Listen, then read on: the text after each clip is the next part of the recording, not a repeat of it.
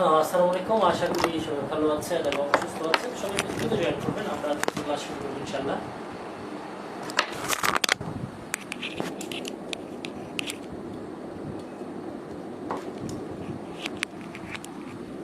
সবাই আশা করি ভালো আছেন এবং সুস্থ আছেন।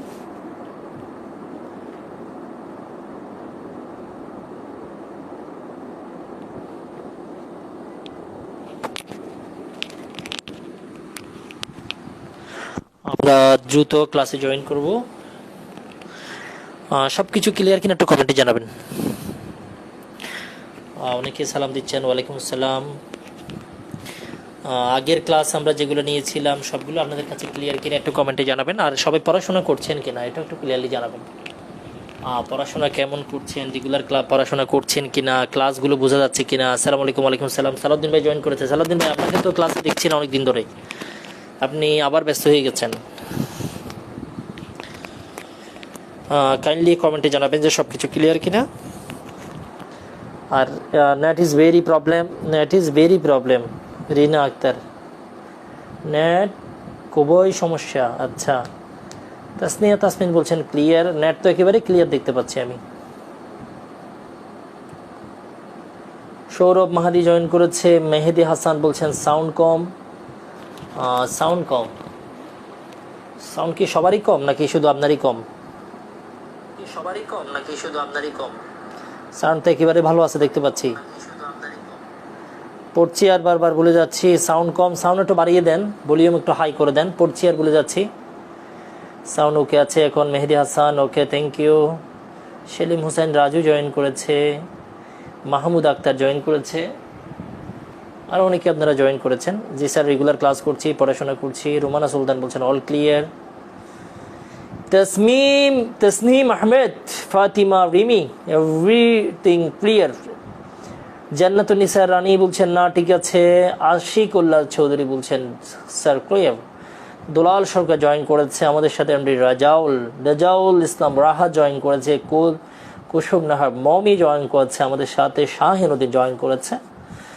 বিএম সোহাগ জয়েন করেছে না ঠিক আছে। অল জেনিফার রহমান জয়েন করেছে, that is okay. Tasnim Ahmed বলছেন রেগুলার স্টাডি করছি। তোফায়েল আহমেদ শফিক বলছেন নেট অ্যান্ড সাউন্ড ক্লিয়ার। সীমা ইসলাম বলছেন ক্লিয়ার। তসনিম বলছেন, তাসনিয়া তসনিম বলছেন সব ক্লিয়ার। ইউসুফ আলী বলছেন স্যার। জামাল হুসাইন বলছেন সব ঠিক আছে, সাউন্ড না ওকে বলছেন মেহেদি হাসান। সামিয়া উদ্দিন বলছেন অল ক্লিয়ার। ফত হাসান গালিব বলছেন আসসালামু আলাইকুম। ওয়ালাইকুম আসসালাম ভাইয়া, কেমন আছো? Tajrin Hussain semi clear. আসসালামু আলাইকুম স্যার, কেমন আছেন? ওয়ালাইকুম আসসালাম। সেলমা সুমি, আসসালামু আলাইকুম। ওয়ালাইকুম আসসালাম। Sound is better then before. Okay, thank you so much. 28 দিয়ে 20 করে দিই, তারপরে 26 করে দিই।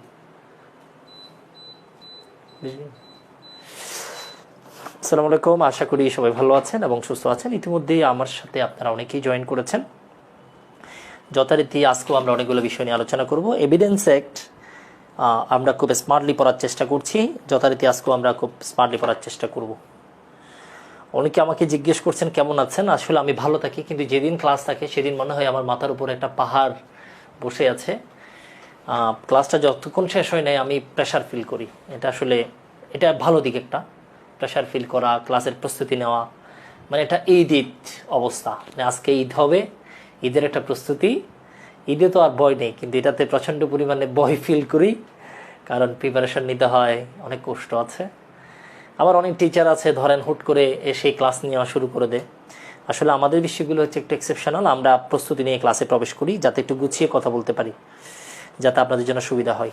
এতদিন পর্যন্ত যে ক্লাসগুলো আমরা নিয়েছি হয়তো সবগুলো আপনাদের মনে আছে। আমরা প্রথম ক্লাস এভিডেন্স অ্যাক্ট নিয়ে শুরু করেছিলাম, এটি কত সালের আইন, কত নম্বর আইন, সবগুলো আমরা বলেছি। এক নম্বর একটা আমরা বলেছি, এটার নাম হচ্ছে এভিডেন্স অ্যাক্ট 1872। এরপর আমরা 3 নম্বর ধারায় অনেকগুলো সংজ্ঞার কথা বলেছি। দেন 4-এ গিয়ে আমরা মে প্রিজাম্পশন, শেল প্রিজাম্পশন, কনক্লুসিভ প্রুফের সংজ্ঞা বলেছি। সেকশন 5-এ গিয়ে আমরা বলেছি দুইটা বিষয়ে আপনি সাক্ষ্য দিতে পারবেন, ফ্যাক্টিং ইস্যু এবং হচ্ছে রিলিভেন্ট ফ্যাক্ট। সেকশন 6-এ গিয়ে রেস, জেস্ট এবং ট্রানজ্যাকশনের কথা আমরা বলেছি, সেম ট্রানজ্যাকশন। 8, 9, 10, 11-এ গিয়ে আমরা plea of alibi, common intention, motive, subsequent conduct, previous conduct, এই বিষয়গুলো নিয়ে আমরা আলোচনা করেছি। সেকশন 17-এ গিয়ে আমরা হোয়াট ইজ অ্যাডমিশন বলেছি, কোন কোন ক্ষেত্রে আপনি অ্যাডমিশন দিতে পারবেন সে বিষয়গুলো আমরা আলোচনা করেছি, 18, 19, 20, 21, 22। দেন হচ্ছে আমরা 24-এ গিয়ে পুলিশ আপনার হচ্ছে কনফেশনের রিলিভেন্সি নিয়ে কথা বলেছি, কোন কোন ক্ষেত্রে এটা রিলিভেন্ট হবে না, পুলিশকে দিলে রিলিভেন্ট হবে না। 25-এ আমরা আলোচনা করেছি। সেকশন ম্যাজিস্ট্রেটকে দিলেও রিলিভেন্ট হবে। 26 আমরা বলেছি। 27 আমরা বলেছি কোনো ইনফরমেশন যদি পাওয়া যায় সেক্ষেত্রে in that case it will B relevant, এটা আমরা আলোচনা করেছি। সেকশন 30-এ আমরা কমপ্লাইন্স নিয়ে কথা বলেছি, জয়েন্ট ট্রায়াল নিয়ে কথা বলেছি, একসাথে বিচার হলে তার কনসিকুয়েন্ট কী হতে পারে সেটা আমরা বলেছি। 31 আমরা বলেছি অ্যাডমিশন এটা স্টেবল হিসেবে কাজ করতে পারে, কিন্তু এটা কনক্লুসিভ প্রুফ না। এরপর আমরা 32-33 খুব স্মার্টলি আলোচনা করার চেষ্টা করেছি। একবার আপনি আগে স্টেটমেন্ট দিয়েছেন অথবা একবার সাক্ষ্য দিয়েছেন, পরবর্তীতে আপনি যদি কোনো কারণে যদি আপনাকে যদি পাওয়া না যায়, আপনাকে আনা যদি অনেক বেশি কষ্ট হয়ে যায়, তারপরে হচ্ছে আপনাকে যদি কোর্টে আসতে না দেয়, অথবা যদি কোনো কারণে সকিনা খাতুন যদি মারা যায়, সব ক্ষেত্রে কিন্তু কীভাবে সাক্ষীটা রিলিভেন্ট হতে পারে সেটা আমরা আলোচনা করেছি। এরপর আমরা সেকশন 40-তে আপনার হচ্ছে জাজমেন্ট কখন রিলিভেন্ট হয়, সেকেন্ড ট্রায়ালকে স্টপ করে দেওয়ার জন্য কখন অর্ডার, ডিগ্রি, এই জাজমেন্ট কখন রিলিভেন্ট হতে পারে এটা আমরা আলোচনা করেছি। 41-এ আমরা প্রোবেট সহ অ্যাডমিরাল্টি সহ কয়েকটা বিষয় নিয়ে আলোচনা করেছি। 45-এ আমরা এক্সপার্ট ওপিনিয়ন নিয়ে কথা বলেছি। 47 আমরা হ্যান্ড রাইটিং নিয়ে কথা বলেছি। 52, 3, 4-এ 5-এ আমরা কথা বলেছি যে যারা মামলার পার্টি থাকবে তাদের ক্যারেক্টার কি হইতে পারে, তাদের ক্যারেক্টার কখন রিলিভেন্ট হতে পারে, দেওয়ানি মামলায় কখন রিলিভেন্ট হতে পারে, ফৌজদারিতে কখন রিলিভেন্ট হতে পারে, ইট হ্যাজ বিন ডিসকাসড। এরপর আমরা সেকশন 56-এ বলেছি যেগুলো কোর্ট জুডিশিয়াল নোটিসে নেবে নিড নট বি প্রুভড, এটা আমরা বলেছি। কোনটা কোনটা জুডিশিয়াল নোটিসে নিতে পারে সেকশন 58(7) আমরা বলেছি। 58-এ আমরা বলেছি যেগুলো আপনার হচ্ছে আপনারা স্বীকার করে ফেলবেন, admitted fact need not be proved, এটা আমরা বলেছি। সেকশন 59-এ আমরা ওরাল অ্যাডমিশন নিয়ে কথা বলেছি। সেকশন 59-এ বলেছি সকল ধরনের facts, every facts can be proved by oral evidence except the content of document.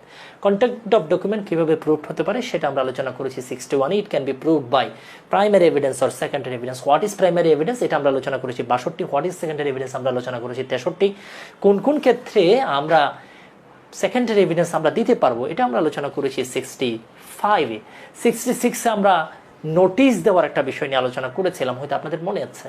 এরপর আমরা সেকশন 67 থেকে স্টার্ট করে সেকশন 73 পর্যন্ত আমরা অ্যাটেস্টেশন, এক্সিকিউশন, সাক্ষী, অ্যাটেস্টিং উইটনেস নিয়ে এসে একটা দলিল কীভাবে আমরা প্রমাণ করব সেই বিষয়গুলো নিয়ে আমরা ভেরি ক্লিয়ারলি আমরা আলোচনা করার চেষ্টা করেছি। সেকশন 74-এ আমরা বলেছি দলিলকে আমরা দুই ভাগে ভাগ করেছি, একটা হচ্ছে প্রাইভেট ডকুমেন্ট আর একটা হচ্ছে পাবলিক ডকুমেন্ট।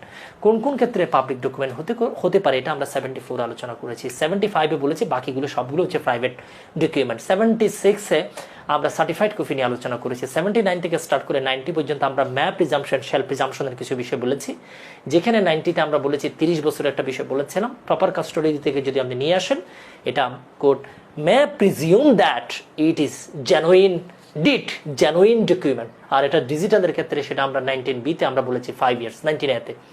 এরপর আমরা সেকশন 101-এ বার্ডেন অফ প্রুফ নিয়ে কথা বলেছি। সেকশন 102 নিয়ে কথা বলেছি। 103-তে আমরা পার্টিকুলার একটা ফ্যাক্টের ক্ষেত্রে বলেছি। সেকশন 104-এ আমরা একটা ফ্যাক্টের সাপেক্ষে আরেকটা ফ্যাক্ট কখন রিলিভেন্ট হতে পারে, কি প্রমাণ করতে হবে আমরা সেটা বলেছি। আপনি ডাইরেক্ট ডিক্লারেশন প্রমাণ করতে চাইলে আপনার কজ অফ ডেথ প্রমাণ করতে হবে। সেকশন 105-এ গিয়ে আমরা general exception, penal code, general exception of other laws, এই বিষয়গুলো নিয়ে আমরা আলোচনা করেছি। যদি কেউ জেনারেল এক্সেপশন যদি অ্যাকসেপ্ট করে, সেই যদি সেটা যদি প্লিয়া হিসাবে নেয়, অজুহাত হিসাবে যদি গ্রহণ করে, in that case he has to prove that plea. এটা আমরা বলেছি সেকশন 105। 106 আমরা স্পেশাল নলেজ নিয়ে বলেছি, 107 30 বছরের কথা বলেছি, 108 আমরা 7 ইয়ার্সের কথা বলেছি, 109, 10, 11তে আমরা বলেছি বারাটিয়া মালিকের সম্পর্ক, একটা 10-এ আমরা বলেছি আপনার কাছে দখলে আছে, কেউ যদি ডিনাই করে সেটা কে প্রমাণ করবে সেটা আমরা আলোচনা করেছি। এরপর আমরা 112তে গিয়ে একেবারে অনেক কথাবার্তা আমরা বলার চেষ্টা করেছি, যেটা conclusive proof. It has been marked as conclusive proof by this act, Evidence Act 1872, but এই ক্ষেত্রেও আমরা রিভার্ট করার সুযোগ আছে, এবং কোন কোন ক্ষেত্রে আমরা রিভার্ট করতে পারবো, এই যে কনক্লুসিভ প্রুফটা কোন কোন ক্ষেত্রে আমরা রিভার্ট করতে পারবো, এটা নিয়ে কিন্তু আমরা আলোচনা করেছি। আজকের সেশনে আমরা আলোচনা করব। আচ্ছা, গত ক্লাস আমরা 114তে কিন্তু প্রিজাম্পশনের আরো কয়েকটা বিষয় নিয়ে আলোচনা করেছি। আজকের সেকশন আমরা স্টার্ট করব স্টোপেল দিয়ে। This is the first section of this class. অনেকে জয়েন করেছেন, আসসালামু আলাইকুম, হাই এভরিবডি, হ্যালো, মোহাম্মদ আল আমিন সবাইকে বলছেন এভরিবডি হ্যালো, ওকে। আর অনেকে আপনারা জয়েন করেছেন দেখতে পাচ্ছি, থ্যাংক ইউ সো মাচ। আমার তো লিঙ্ক ওপেন হচ্ছে না, খালি ঘুরে। আরিফুল ইসলাম আরিফ, আপনার লিঙ্ক খালি ঘুরে, অনেকদিন ধরে দেখতেছি খালি ঘুরে। প্রাথমিক শিক্ষা স্থগিত করা হয়েছে, এই বিষয়ে একটু কথা বলা যাবে না? এই বিষয়ে কথা বলা যাবে না। এভরিথিং ইজ ওকে বলেছেন গাজী শামসুর রহমান, সবাই জয়েন করেছেন। রোমানা সুলতানা বলেছেন থ্যাংক ইউ সো মাচ, দোয়া করবেন। আর অনেকে আপনারা কমেন্ট করেছেন। রিজিউমিটা একটু খেয়াল করিও না তুমি, কথাগুলো উঠে গেছে নাকি? এখানে কথাগুলো উঠে গেছে নাকি? আমরা বলছি এগুলো ওঠে নাই তো।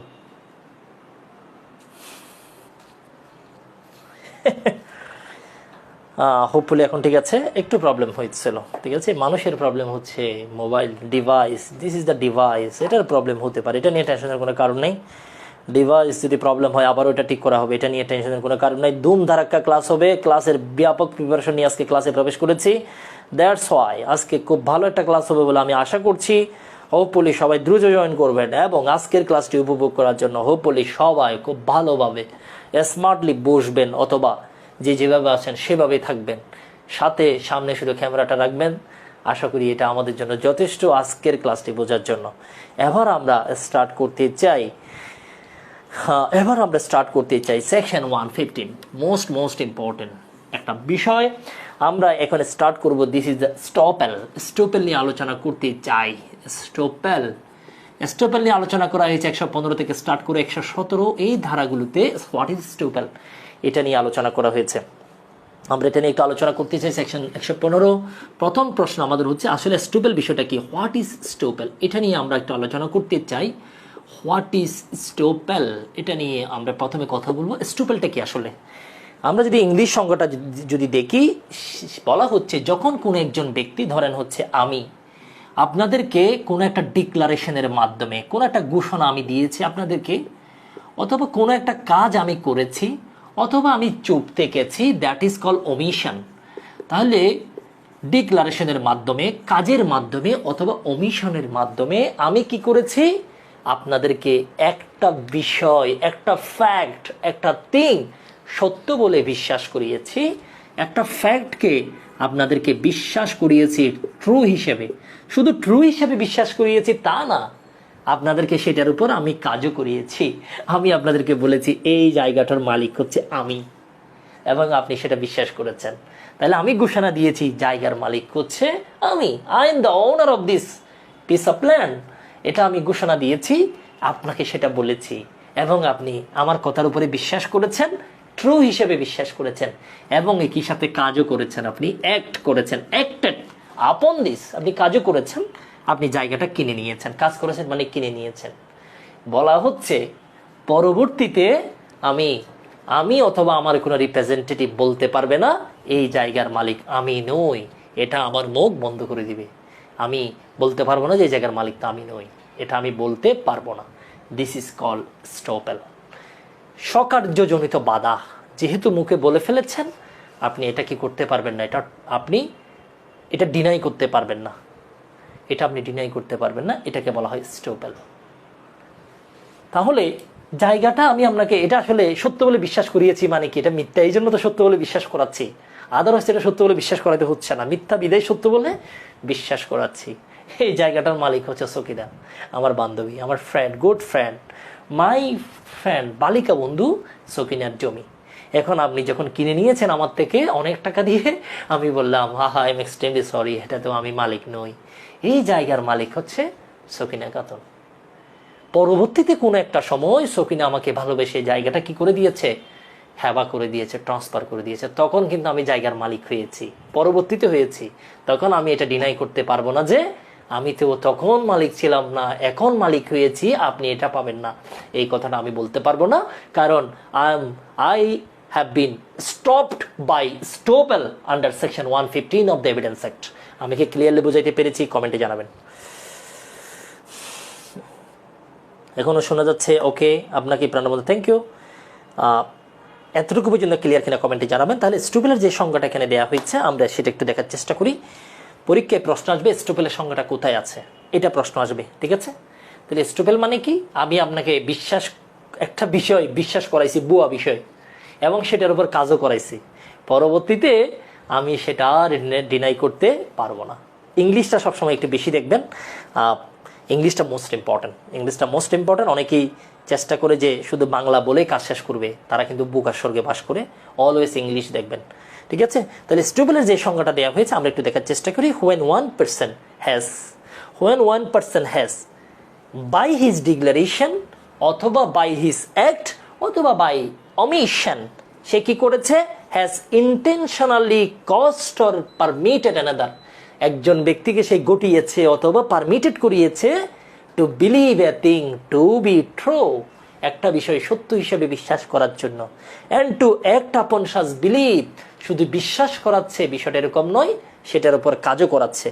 নেইদার হি, সে, আপনি অথবা আপনার কোনো representative, neither you or nor your representative shall be allowed, আপনারা অ্যালাউ না ইন এনি সুট, কোনো একটা মামলায় অথবা কোনো একটা মামলার মাঝখানে, প্রসিডিং এ, between himself and such person, সেই ব্যক্তি এবং আপনার মধ্যে যদি কোনো মামলা হয়, সেই ক্ষেত্রে আপনি অথবা আপনার প্রতিনিধি আর not allowed to deny the truth of that thing, আপনি এবং আপনার রিপ্রেজেন্টেটিভ সেই সত্যটা ডিনাই করতে পারবে না।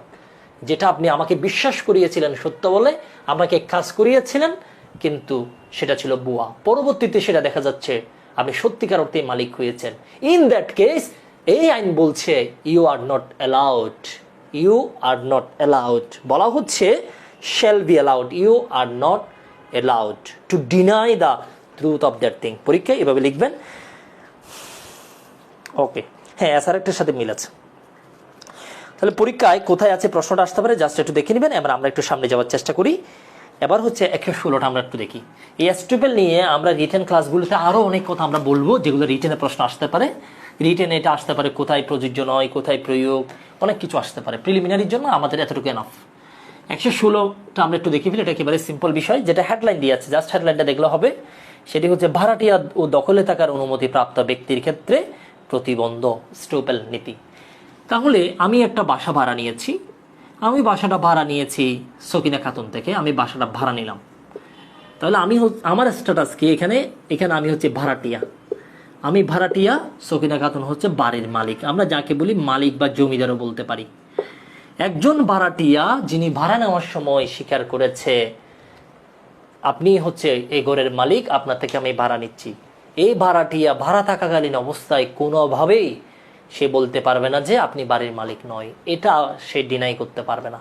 এটা ডিনাই করার সুযোগ নেই। তাহলে আমরা যদি সেকশনটা যদি একটু দেখি, তাহলে এখানে যে বিষয়টা বলা আছে জাস্ট ওই বিষয়টাই বলা আছে। তাহলে কোন স্থাবর সম্পত্তির ভাড়াটিয়া অথবা তার মাধ্যমে দাবিদার কোনো ব্যক্তিকে ভাড়াটিয়া সম্পর্ক বিদ্যমান থাকা অবস্থায় আপনার কি করতে পারবে না, ভাড়া শুরুতে তার বাড়িওয়ালা ওই স্থাবর সম্পত্তির সত্য অস্বীকার করতে অনুমতি দেওয়া হবে না। আপনি চাইলে সেটা কি করতে পারবেন না, ডিনাই করতে পারবেন না। ওই জায়গাটা আপনার মালিকের, অথবা আপনার মালিক যাকে বিক্রি করেছে তার, অথবা আপনার মালিক মারা যাওয়ার পরে তার ছেলের। ঠিক আছে, আপনি যেহেতু জায়গাটাতে যখন ভাড়াটি হিসেবে উঠেছেন, বাসাটাতে আপনি বলেছেন যে সেখানে তার টাইটেল আছে, তার সত্য আছে, সেটা আপনি স্বীকার করে কিন্তু উঠেছেন। তো পরবর্তীতে এটা ডিনাই করার কোনো সুযোগ নেই। পরীক্ষায় আপনার হচ্ছে প্রশ্ন এখান থেকে অলরেডি একটা আসছে, তো সামনেও আসলে জাস্ট ওটাই আসতে পারে। ঠিক আছে, প্রকৃতপক্ষে যদি জমির মালিক আমি না হই, তখন তাদের প্রতিকার কি? যাদের মিথ্যা বলে কাজ করিয়েছি তারা প্রতারণার মামলা করবে আপনার এগেইনস্টে। প্রতারণার মামলা করতে পারে, ক্ষতিপূরণের মামলা করতে পারে, ঠিক আছে, অনেক ধরনের মামলা তারা প্রসিড করতে পারে, ঠিক আছে। কারণ হচ্ছে আপনি তো দলিল যেটা করেছেন, দলিলে তো আপনি বলে দিয়েছেন, এফিডেভিট দিয়েছেন, দলিলের লাস্টে কিন্তু এফিডেভিট থাকে, সেখানে বলা আছে এই জায়গার মালিক আমি এবং আমি এখানে প্রকৃতপক্ষে দখলদার হিসেবে আছি, এটা কিন্তু আপনি অ্যাজ এ ট্রান্সফারর আপনি সেটা বলেছেন। তো আপনার বিরুদ্ধে অনেক অনেক বিষয়ে অনেকগুলো ধারাতে কিন্তু ফৌজদারি মামলাও হইতে পারে, আবার আপনার বিরুদ্ধে হচ্ছে আপনার ক্ষতিপূরণের মামলাও করা যেতে পারে, নানাভাবে আপনার বিরুদ্ধে মামলা করা যেতে পারে। এবার আমরা সেকশন 117টা দেখে নেবেন। এটা হচ্ছে আপনার হচ্ছে লেস ইম্পর্টেন্ট, বাট দেখে নিতে পারেন। মোস্ট ইম্পর্টেন্ট আমরা আরেকটা ধারা নিয়ে কথা বলবো, সেটা হচ্ছে আরেকটা চ্যাপ্টার নিয়ে কথা বলবো, সেটা হচ্ছে উইটনেস।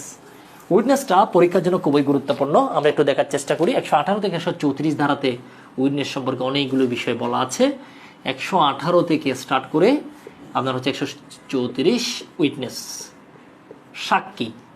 আমরা এই চ্যাপ্টারটাতে আমরা দেখব কখন আপনি সাক্ষ্য দিতে পারবেন, কখন আপনি সাক্ষ্য দিতে পারবেন, কে সাক্ষ্য দিতে পারবে, আপনি কখন সাক্ষ্য দিতে পারবেন, কখন আপনি সাক্ষ্য দিতে পারবেন না, এই বিষয়গুলো এখানে বিস্তারিত আলোচনা করা হয়েছে। প্রথমে আমরা দেখে নিব 118 যে হেডলাইনটা দেওয়া আছে, বলা হচ্ছে হু মে টেস্টিফাই, ঠিক আছে, আপনি কে সাক্ষ্য দিতে পারবে। বলা হচ্ছে এভরি পারসন, প্রত্যেকে সাক্ষ্য দিতে পারবে, এটা হচ্ছে জেনারেল উত্তর। এভরি পারসন, সবাই সাক্ষ্য দিতে পারবে, তবে একটা শর্ত দিয়ে আছে, যদি আপনি প্রশ্নটা যদি বুঝতে পারেন, আপনাকে যে প্রশ্নটা করা হবে সেই প্রশ্নটা যদি আপনি বুঝতে পারেন, সেই ক্ষেত্রে, এবং শুধু বুঝলে হবে না, বোঝার পরে আপনি একটা রেশনাল যৌক্তিক একটা আনসার আপনাকে করতে হবে। তাহলে একটা যৌক্তিক আনসার, প্রশ্ন শোনার পরে যদি একটা যৌক্তিক আনসার যদি আপনি করতে পারেন, সেই ক্ষেত্রে আপনি প্রত্যেকজন ব্যক্তি সাক্ষী হিসেবে কম্পিটেন্ট বা যোগ্য। তবে বয়স বেশি, টেন্ডার এজ বলা আছে, সিকনেসের কথা বলা আছে, তিনটা কথা এখানে বলা আছে, টেন্ডার ইয়ার্স, তারপরে হচ্ছে এক্সট্রিম ওল্ড এজ এবং হচ্ছে ডিজিজ। তাহলে কম বয়স্ক হওয়ার কারণে টেন্ডার ইয়ার্স এভাবে বলা আছে, তারপরে হচ্ছে বেশি বয়স ওল্ড এজের কথা বলা আছে, অথবা ডিজিজের কথা বলা আছে। তাহলে কম বয়সের কারণে, বেশি বয়সের কারণে, ডিজিজের কারণে, রোগ হওয়ার কারণে আপনি যদি আপনাকে যে প্রশ্নটা করা হয়েছে সেটা যদি বুঝতে না পারেন, প্রশ্ন বুঝে যদি আপনি একটা যৌক্তিক উত্তর যদি করতে না পারেন, সেই ক্ষেত্রে আপনি কি করতে পারবেন না? সাক্ষ্য দিতে পারবেন না। আদারওয়াইজ প্রত্যেকজন ব্যক্তি সাক্ষ্য দিতে পারবে। তাহলে পরীক্ষা আনসার হতে পারে কে সাক্ষ্য দিতে পারবে? সবাই সাক্ষ্য দিতে পারবে, যদি সেই প্রশ্ন বুঝতে পারে, একটা যৌক্তিক উত্তর দিতে পারে। সেই হোক বৃদ্ধ, সেই হোক অসুস্থ, সেই হোক বয়স্ক, কোনো সমস্যা নেই। কিন্তু বয়স্ক হওয়ার কারণে, বৃদ্ধ হওয়ার কারণে, ছোট হওয়ার কারণে প্রশ্ন যদি বুঝতে না পারে, যৌক্তিক আনসার যদি করতে না পারে, সেই ক্ষেত্রে আপনি সাক্ষ্য দিতে পারবেন না। প্রশ্ন বুঝতে হবে এবং উত্তরও করতে হবে। প্রশ্ন বুঝে কিন্তু উত্তর দিতে পারে না, তাহলে হবে না। উত্তর দিতে পারে না কিন্তু প্রশ্ন বুঝতে পারে, হবে না। প্রশ্ন বুঝতে পারে না কিন্তু উত্তর দিতে পারে, তাও হবে না। প্রশ্ন বুঝতে হবে, উত্তরও দিতে পারতে হবে, তাহলে সবাই সাক্ষ্য দিতে পারবে। এবং একই সাথে এখানে আরো একটা কথা নিচে ক্লস এনে বলা হয়েছে, লোনাটিক, যাদেরকে আমরা উম্মাদ বলি বা পাগল। একজন লুনাটিকও সাক্ষ্য দিতে পারবে। A lunatic is not incompetent to testify, সেও ইনকম্পিটেন্ট নয়, মানে সেও কম্পিটেন্ট। তবে একটা শর্ত দিয়ে আছে, তবে তাকে হইতে হবে সেম বিষয়, understanding the question put to him and giving rational answer to them. সে যদি যৌক্তিক উত্তর যদি দিতে পারে এবং একই সাথে সে যদি প্রশ্নটা যদি বুঝতে পারে, তাহলে একজন লুনাটিকও কিন্তু কম্পিটেন্ট উইটনেস। এখানে বলা আছে lunatic is not incompetent witness unless he is prevented from giving rational answer and understanding the question put to হিম। তাকে যে প্রশ্নটা করা হয়েছে সেই প্রশ্নটা শুনে সেই যদি উত্তর করতে না পারে, তাহলে সেই হচ্ছে incompetent witness. Otherwise A lunatic is not incompetent witness, that means he is competent witness যদি সে প্রশ্ন বুঝতে পারে, যদি সে উত্তর করতে পারে। লুনাটিক মানে হচ্ছে পাগল। এখন তাহলে প্রথমে আমরা উত্তর করলাম সবাই হচ্ছে কম্পিটেন্ট উইটনেস, এবং ইভেন একজন লুনাটিকও হচ্ছে কম্পিটেন্ট উইটনেস। তার মানে আমরা বুঝতে পারলাম সাক্ষী দিতে পারবে কিনা, একজন সাক্ষী সাক্ষ্য দিতে পারবে কিনা, তার শর্ত হচ্ছে দুইটা। প্রশ্ন বুঝতে পারা এবং হচ্ছে উত্তর দেওয়া, রেশনাল উত্তর দিতে হবে, খাও মাও করে আনসার করলে হবে না। তাহলে এটা আমরা দেখলাম। একটা কেস ল আছে, সেখানে বলা হচ্ছে একজন আপনার বধির ব্যক্তি, বুবা ব্যক্তি, যে মুখে কথা বলতে পারে না, সেও চাইলে সাক্ষ্য দিতে পারবে, কোনো সমস্যা নেই। আচ্ছা, সেটা আমরা একটু পরে বলবো, ঠিক আছে? তাহলে 118-তে যে বিষয়টা বলা আছে,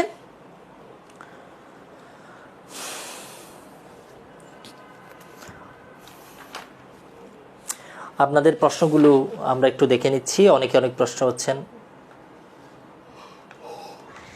বিল of exchange, bill of exchange এটাকে বাংলা হচ্ছে বরাত চিঠি। বিল অফ এক্সচেঞ্জ এগুলো হচ্ছে আপনার এই কন্ট্রাক্টের কিছু বিষয়, ঠিক আছে? বিল অফ এক্সচেঞ্জ কন্ট্রাক্টের কিছু বিষয়, এগুলোর অনুবাদ যদি করি আমরা, সেই ক্ষেত্রে সেটা বরাত চিঠি হয়। এগুলো হচ্ছে লেস ইম্পর্টেন্ট, পরীক্ষার জন্য সামনে গেলাম।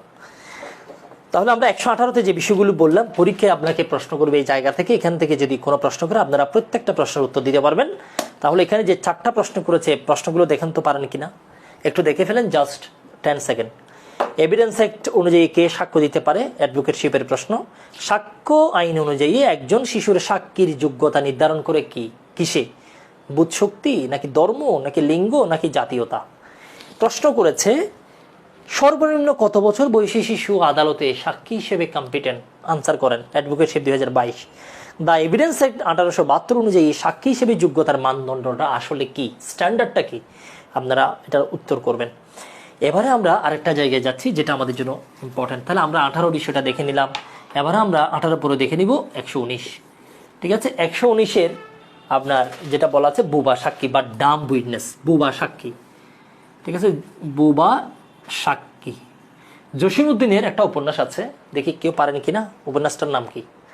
জসিমউদ্দিনের একটা উপন্যাস আছে, উপন্যাস জসিমউদ্দিনের একমাত্র উপন্যাস বলি আমরা, এই উপন্যাসটার নাম কি? কমেন্টে জানাবেন। তাহলে 119-এ বলা হচ্ছে বুবা সাক্ষী বা Dam witness. Dam witness, Dam witness মানে কি? যে কথা বলতে পারে না, যে কথা বলতে পারে না। তাহলে একজন, যে ব্যক্তি কথা বলতে পারে না, সেও কি সাক্ষ্য দিতে পারবে? ইয়েস। সে যদি তার প্রতি করা প্রশ্ন যদি বুঝতে পারে এবং যদি সে একটা রেশনাল যদি উত্তর দিতে পারে, সেই ক্ষেত্রে সেও কিন্তু কম্পিটেন্ট উইটনেস, এই কথাটা এখানে বলা আছে। তাহলে যেই সাক্ষী কথা বলতে অক্ষম, তিনি তার বক্তব্য অন্য কোনোভাবে যদি বুঝাতে পারেন, অন্য কোনোভাবে যদি বুঝাতে পারেন, লিখে বুঝাইতে পারেন অথবা ইশারায় যদি বুঝাইতে পারেন, তাহলে সেটাও কিন্তু অ্যাকসেপ্টেবল হবে। এই বিষয়টা এখানে বলা আছে, তবে সেটা কিন্তু মৌখিক সাক্ষ্য হিসেবে গণ্য করা হবে। হ্যাঁ, জসিমউদ্দিনের উপন্যাস হচ্ছে বুবা কাহিনী, বুবার কাহিনী না, বুবা কাহিনী। ওকে, এবার আমরা, আচ্ছা আরেকটা কথা, তাহলে বুবার বিষয়টা আমরা বললাম। এখন কিছু মানুষ আছে মুখেও বলতে পারে না, কানেও শুনে না, কানেও শোনে না, বলতেও পারে না। তাহলে বুবা এবং হচ্ছে একই সাথে অন্ধ, অন্ধ এবং বুবা, ঠিক আছে? অন্ধ না, বুবা এবং হচ্ছে কানা, কানেও শুনে না। তাহলে যে বুবা হয় এবং কানেও শুনতে পায় না, সে কিন্তু সাক্ষী হিসেবে কম্পিটেন্ট নয়। এবার আমরা চলে যাচ্ছি 120, এটাও পরীক্ষার জন্য ইম্পর্টেন্ট। এটা একেবারে সিম্পল বিষয়, হাজব্যান্ড ওয়াইফ। হাজব্যান্ড ওয়াইফ যদি চাই একজন আরেকজনের পক্ষে বিপক্ষে সিভিল মামলায় চাইলে সাক্ষ্য দিতে পারবে, পক্ষও দিতে পারবে। এই জায়গার মালিক আমার জামাই, উনি 10 তারিখ কিনেছিল, 12 তারিখ কিনেছিল, এই রাস্তা দিয়ে আমার জামাই হেঁটেছে, এই রাস্তা দিয়ে বউ বলতে পারে, এই রাস্তা দিয়ে সে আমার জামাই আমাকে গোলাপ দিয়েছে, একটি গোলাপ, একটি ফুটন্ত গোলাপ সে আমাকে দিয়েছিল, সেটা সাক্ষ্য হিসেবে বলতে পারে।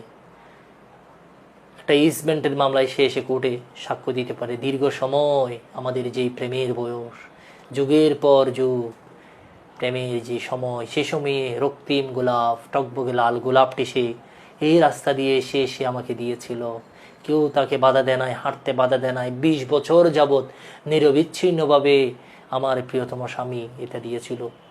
তাহলে একটা সিভিল মামলায় পক্ষেও দিতে পারবে বিপক্ষেও দিতে পারবে, হেঁটেছে কিনা বলতে পারবে, অথবা জায়গাটা জামাই কিনেছিল কিনা, পেয়েছিল কিনা, দখলে ছিল কিনা, যে কোনো কথা পক্ষে বিপক্ষে বলা যাবে।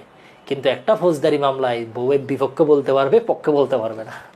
পক্ষে আমার জামাই নির্দোষ সেটা বলার সুযোগ নেই, ঠিক আছে? মানে আপনার হচ্ছে এটা রিলিভেন্ট হবে না। তাহলে বিপক্ষে বললে একজন হচ্ছে যোগ্য সাক্ষী। তাহলে সিভিল মামলায় হাজব্যান্ড ওয়াইফ একে অপরের পক্ষে বিপক্ষে সাক্ষ্য দিতে পারবে, দে আর কম্পিটেন্ট অ্যাজ এ উইটনেস।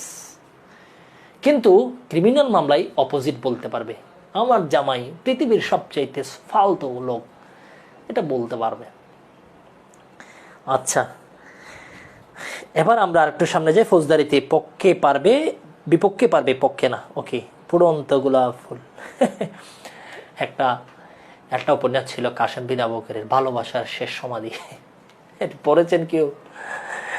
এক মেয়ে কাশেম বিন আবু বকরের উপন্যাস পড়ে ওনার প্রতি ভীষণভাবে প্রেমে পড়ে গেল, ভীষণ প্রেমে পড়ে গেল। এত সুন্দর উপন্যাস লিখেছে, প্রেমের মাঝখানে ব্রেক দিয়ে দিয়ে নামাজ পড়ে, কোরআন পড়ে।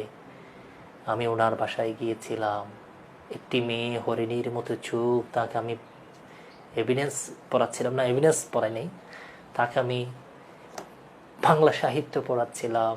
তখন আজান হলো, সুমধুর আজান, সে মসজিদে মুয়াজ্জিনের আজান শুনে আমি নামাজে বসে গেলাম। মেয়েটি আমাকে দেখে পিছনে দাঁড়িয়ে গেল, একই সাথে একটি জামাত আমাদের হয়ে গেল। এভাবে তাদের সাথে আমাদের যোগাযোগ। সেই ঈদের মৌসুমে পাঞ্জাবি পরে বিসমিল্লাহির রহমানির রহিম বলে আমি তাদের বাসায় গেলাম। এই যে প্রেমের যে একটা ইসলামিকীকরণ, এই যে কাশেম বিন আবু বকর করেছে, এটা দেখে অনেক তরুণী কিন্তু তাদের জীবনের যৌবনে কিন্তু উত্তাল হয়ে এই কাশেম বিন আবু বকরকে অনেকগুলো চিঠি দিয়েছিল। পরে দেখা গেছে কাশেম বিন আবু বকর তার জীবনের যৌবন পার করেছে সেই 3-4 যুগ আগে। ওনার বর্তমান বয়স, এখন বেঁচে আছে কিনা জানি না, বয়স হচ্ছে 80-র উপরে। আচ্ছা, অনেকে আপনারা পড়েছেন, বকরের অনেক অনেক উপন্যাস পড়েছি, সে ফুল লাইফ যাই না যে তোর। আচ্ছা, হালাল উপন্যাস, এটা হালাল উপন্যাস না, হালাল প্রেম। তো যাই হোক, আচ্ছা আপনারা কি বিরক্ত হচ্ছেন? কমেন্টে জানাবেন। এবার আমরা আরো কিছু বিষয় নিয়ে আলোচনা করব, যেটা আমাদের জন্য খুবই গুরুত্বপূর্ণ। কেয়া কসমেটিক্স লিমিটেডের কাশেম বিন আবু বকরের উপন্যাসের সৌজন্যে 30 সেকেন্ড ব্রেকের পরে আমরা আবারও ক্লাসে ফেরত আসলাম। আশা করি আপনারা সবাই আমার সাথে ক্লাসে জয়েন করবেন বলে আমি দৃঢ়ভাবে বিশ্বাস করছি। বিসমিল্লাহ দিয়ে প্রেম। তারপরে ধরেন প্রেমের মাঝখানে যদি একটু এদিক ওদিক হয়ে যায়, তখন তারা পড়তে আস্তাগফিরুল্লাহ, আল্লাহ আমাদেরকে ক্ষমা করুক। এভাবেই আসলে প্রেমটার সামনে প্রসিড করতো। এবারে আমরা কিছু গুরুত্বপূর্ণ বিষয় নিয়ে আলোচনা করব। 121 থেকে স্টার্ট করে মোস্ট ইম্পর্টেন্ট একটা পার্ট আছে 121 থেকে স্টার্ট করে 131। একটা রুল আছে, এভিডেন্সের একটা রুল আমরা যেটা জানি সেটি হচ্ছে, একজন সাক্ষী যা জানবে, সে যা কিছু জানে সবকিছু কিন্তু সে কোর্টকে বলে ফেলবে। সে কোর্টকে বলে দিবে আমি এটা জানি। This is a rule. তার কাছে যদি কোনো দলিল থাকে সেটাও সে কোর্টকে বলবে যদি কোর্টের প্রয়োজন হয়। তার ব্যতিক্রম, এক্সেপশন হচ্ছে 121 থেকে স্টার্ট করে 131। এই জায়গায় এসে একজন সাক্ষী কথা বলতে পারে না। একজন সাক্ষী মুখ দিয়ে সব কথা সে বলতে পারে না। কোন কোন কথাগুলো বলতে পারে না, এই একজন সাক্ষীকে কোথায় লিমিটেশন দেওয়া হয়েছে, বাদ দেওয়া হয়েছে, সে 128 সেটা আমরা দেখব হচ্ছে 121 থেকে 131। প্রথমে আমরা দেখে নিতে চাই 121-এ কি বলা আছে। তাহলে জজ ও ম্যাজিস্ট্রেটগণ, কোন জজ বা ম্যাজিস্ট্রেট যে আদালতের অধীন, সে আদালতের বিশেষ আদেশ ব্যতীত, আচ্ছা নর্মাল বিষয় বলি, কোন একজন জজ ম্যাজিস্ট্রেট উনি ওনার কোর্টে বিচার করবেন, তাহলে বিচার চলাকালীন সময়ে উনি কি করেছেন, ওনার কোর্টে কি হয়েছে, কেউ মিথ্যা সাক্ষ্য দিয়েছে কিনা, অথবা উনি কারো সাক্ষ্য নিয়েছেন কিনা, এই বিষয়ে কিন্তু ওনাকে কোনো ধরনের প্রশ্ন করা যাবে না। তবে প্রশ্ন যদি করতে হয় তাহলে উনি ওনার উপরে যিনি সিনিয়র আছেন ওনার পারমিশন নিয়ে কিন্তু করতে হবে, কোনো কোর্ট যদি করতে চায়। এবং আরেকটা বিষয় আছে যেটা নিয়ে কিন্তু ওনাকে প্রশ্ন করা যাবে, যদি ওনার কোর্টে যদি কোনো ঘটনা ঘটে, কোনো যদি ফৌজদারি অপরাধ যদি হয়, কোনো অপরাধ যদি ঘটে, ধরেন কি একজন ব্যক্তি সেখানে, একজন সাক্ষীকে সেখানে মেরে ফেলা হলো, তাহলে তার এগেইনস্টে কি হবে, মামলা হবে। সেই মামলায় কিন্তু ওনার সাক্ষ্য নেওয়া যাবে। তাহলে একজন বিচারকের বিচার চলাকালীন সময়ে ওনার এখানে কি হবে, ওনার আচরণ বা আদার্স যে কোনো বিষয় নিয়ে ওনাকে প্রশ্ন জিজ্ঞেস করা যাবে না। আর একটা কোর্টে ডেকে এনে সাক্ষী হিসেবে প্রশ্ন জিজ্ঞেস করা যাবে না, কিন্তু করার সুযোগ আছে। করার যে অপশনটা আছে সেটা কি, অপশন যেটা দিয়েছে সেটি হচ্ছে, যদি ওই সময় যদি কোনো অপরাধ সংঘটিত হয় সে বিষয়ে নিতে পারবে, অথবা ওনার উপরে যে কোর্ট আছে ওই কোর্টের পারমিশন নিয়ে ওনাকে প্রশ্ন করা যাবে। আদারওয়াইজ কে নিয়ে প্রশ্ন করার সুযোগ নেই। এখানে যে এক্সাম্পলগুলো দিয়েছে সেগুলো হচ্ছে পরীক্ষার জন্য খুবই ইম্পর্টেন্ট। এখানে যে উদাহরণগুলো দিয়েছে, উদাহরণগুলো একটু দেখে নেবেন। লাস্টে যে উদাহরণটা দিয়েছে, তাহলে দায়রা জজ বিয়ের সম্মুখে বিচার চলাকালে একজন পুলিশ অফিসারকে কি করা হয়, খুন করার চেষ্টা করার অভিযোগে দায়রা আদালত অভিযুক্ত হলো। তাহলে ঘটনা সম্পর্কে বিয়ের সাক্ষ্য কি করা যেতে পারে, গ্রহণ করা যেতে পারে। এটা একেবারে সিম্পল বিষয়, আমরা এটা আলোচনা করলাম। সাউন্ড হচ্ছে। তাহলে 121টা একটু দেখে নিব আমরা। এবারে আমরা দেখে নিব হচ্ছে 122, এটাও পরীক্ষার জন্য গুরুত্বপূর্ণ। একজন হাজব্যান্ড ওয়াইফ তাদের যখন বিয়ে হবে, বিয়ে বলবৎ থাকাকালীন অবস্থায় তাদের মধ্যে কি কথা হয়েছে, কি বিষয় নিয়ে কথা হয়েছে, এই বিষয় নিয়ে কিন্তু তারা বাইরে কিন্তু কিছুই বলতে পারবে না। এই বিষয়গুলো নিয়ে বাইরে কথা বলার সুযোগ নেই। এটা হচ্ছে কনফিডেন্সিয়াল কমিউনিকেশন, বাইরে বলার সুযোগ নেই। তবে এটা বিয়ের জন্য, এটা প্রেমিকার ক্ষেত্রে নর্মালি প্রযোজ্য, কিন্তু বাট অ্যাজ পার ল প্রযোজ্য নয়। ঠিক আছে, প্রেমিকা বাইরে বলতে পারে, আইনে সুরক্ষা নেই। কিন্তু বিবাহের ক্ষেত্রে এখানে একটা সুরক্ষা আছে। শাকিব খান চাইলেও কিন্তু অপবিশ্বাস নিয়ে এখন কিছু বলতে পারবে না। তারা এটা আসলে নর্মালি বলতে পারবে না, কিন্তু তারা বলে যে তুমি আমার সন্তানের মা হিসেবে আমি তোমাকে অসম্মান করতে চাই না। এটা হচ্ছে মোরাল কথাবার্তা, কিন্তু আইনতেও কিন্তু আসলে কথা বলতে পারে না। বিয়ের সময় কি হয়েছে সেটা বলতে পারে না। ঠিক আছে, এখানে সেই বিষয়টা বলা আছে। যদি বলতে চাই অবশ্যই এখানে পারমিশন নিতে হবে, পারমিশন নিয়ে বলতে হবে। তবে একটা কথা বলা, একটা এক্সেপশন আছে, পারমিশন নিয়ে বলা যাবে যদি অনুমতি দেয়। ঠিক আছে, আর একটা বিষয় সেটা হচ্ছে মোস্ট ইম্পর্ট্যান্ট, আপনার এখন বউয়ে মামলা করেছে দেনমোহরের, বউয়ে মামলা করেছে ডিভোর্সের, জামাইয়ে মামলা করেছে ডিভোর্সের, দেনমোহরের। একজন আরেকজনের বিরুদ্ধে যদি মামলা করে তখন কিন্তু বলতে হবে। ঠিক আছে, তখন কিন্তু বলা যাবে। তাহলে 122 আমরা দেখে নিলাম। 123 আমরা সিম্পলি দেখব রাষ্ট্রীয় ব্যাপারে সাক্ষ্য। তাহলে রাষ্ট্রীয় যে অপ্রকাশিত বিষয়গুলো আছে সেগুলো নিয়ে আমরা সাক্ষ্য দেওয়া যাবে না। যদি দিতে চাই তাহলে বিভাগীয় যিনি প্রধান আছে, ওই ডিপার্টমেন্টের যিনি প্রধান আছে ওনার পারমিশন নিয়ে আপনাকে সাক্ষ্য দিতে হবে। দেখে নেবেন দাপ্তরিক যোগাযোগের ক্ষেত্রে 124, এটাও পরীক্ষার জন্য মোটামুটি গুরুত্বপূর্ণ। আপনার হচ্ছে দাপ্তরিক বিষয়েও আপনার হচ্ছে গোপনীয় যদি হয় তাহলে সেটাও কিন্তু প্রকাশ করা যাবে না, তবে জনস্বার্থ হলে প্রকাশ করা যাবে। মোস্ট ইম্পর্টেন্ট হচ্ছে 125, সেটা পরীক্ষার জন্য খুবই গুরুত্বপূর্ণ। একজন পুলিশ অফিসার অপরাধ সম্পর্কে কোথায় থেকে ইনফরমেশন পেয়েছেন সেই সম্পর্কে উনি প্রকাশ করতে বাধ্য না, উনি আপনাকে প্রকাশ করতে বাধ্য না। আপনি জিজ্ঞেস করতে পারবেন না আপনাকে কে বলেছে এখানে মারামারি হচ্ছে, এখানে এটা হচ্ছে, এখানে চুরি হচ্ছে, ডাকাতি হচ্ছে, কে বলেছে আপনাকে? 3 লাইনে ফোন দিয়েছেন আপনি, কে ফোন দিয়েছে? আপনি যে এসেছেন 3 লাইনে ফোন পাওয়ার পরে ফোনটা কে দিয়েছিল, এটা বলার সুযোগ নেই। সেম ভাবে আপনার হচ্ছে রাজস্ব অফিসারের ক্ষেত্রেও একটা বিষয় বলা আছে, সরকারি রাজস্ব সংক্রান্ত অপরাধ সংগঠনের সংবাদ রাজস্ব অফিসার কিভাবে পেয়েছেন সেটাও কিন্তু ওনাকে জিজ্ঞেস করার সুযোগ নেই। ওকে, এবার আমরা আরেকটা জায়গায় চলে যাব যেটা আমাদের জন্য খুবই গুরুত্বপূর্ণ, সেটা হচ্ছে 126 মোস্ট ইম্পর্টেন্ট, পরীক্ষার জন্য খুবই গুরুত্বপূর্ণ। এটা নিয়ে প্রশ্ন আসলে অনেকে আনসার ভুল করবে। 126, তাহলে 126 আমরা যেটা দেখব, একজন হচ্ছে মক্কেল এবং লয়ের, মক্কেল এবং হচ্ছে আইনজীবীর মধ্যে অনেক বিষয় নিয়ে কথা হবে। মক্কেল এসে আইনজীবীকে বলবে, আইনজীবী আমাকে বাঁচান, আমি আমার প্রেমিকাকে রেপ করেছি।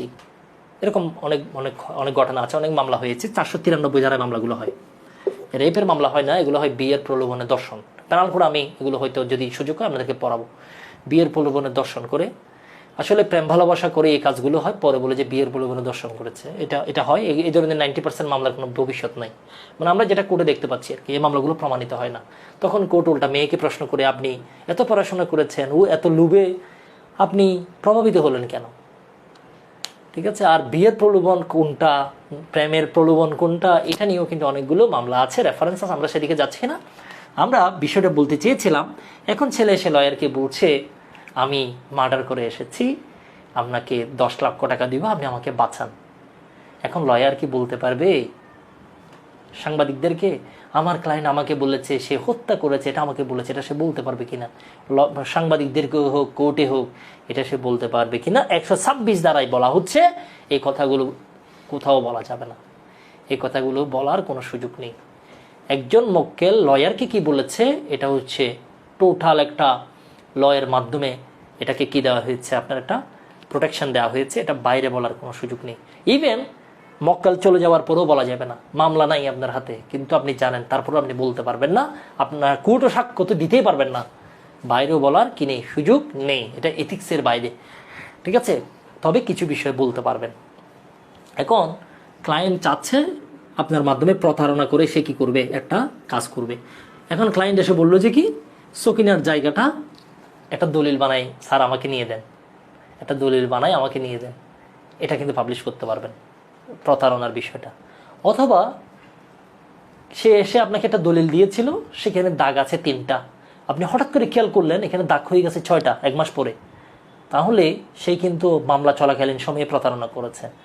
এই ধরনের যদি কোনো কিছু যদি করে তাহলে সেটা আপনি প্রকাশ করতে পারবেন, অন্য বিষয়গুলো প্রকাশ করার সুযোগ নেই। এখানে স্পষ্ট করে সেটা বলা আছে, শর্ত যেগুলো দিয়েছে যদি দেখেন কোনো বেআইনি উদ্দেশ্যে যদি এরূপ যোগাযোগ করে, আমি করিমকে মেরে ফেলবো আপনি আমাকে এটা করে দেন, তখন কিন্তু আপনি বলতে পারবেন। তারপরে অ্যাডভোকেট হিসেবে আপনি অ্যাপয়েন্টেড আছেন, ওই সময়ে যদি কোনো ধরনের অপরাধ, কোনো ধরনের অনিয়ম যদি সে যদি করে, তখন আপনি এটা প্রকাশ করতে পারবেন, আদারওয়াইজ করতে পারবেন। এখানে যে উদাহরণগুলো দিয়েছে যদি দেখেন, যেমন একটা উদাহরণ, মক্কেল এসে অ্যাডভোকেটকে বলল আমি জালিয়াতি করেছি, তাহলে এটা আপনি বাইরে বলতে পারবেন না, আমি জালিয়াতি করেছি আপনি আমাকে বাঁচান। অ্যাজ এ লয়ার হিসেবে আপনি তার পক্ষে কথা বলবেন, ইটস ইউর ডিউটি, এটা আপনাকে করতে হবে। একজন লয়ার এই কাজটা করবে, আর তাকে আপনি আইনি সেবাটা দিবেন।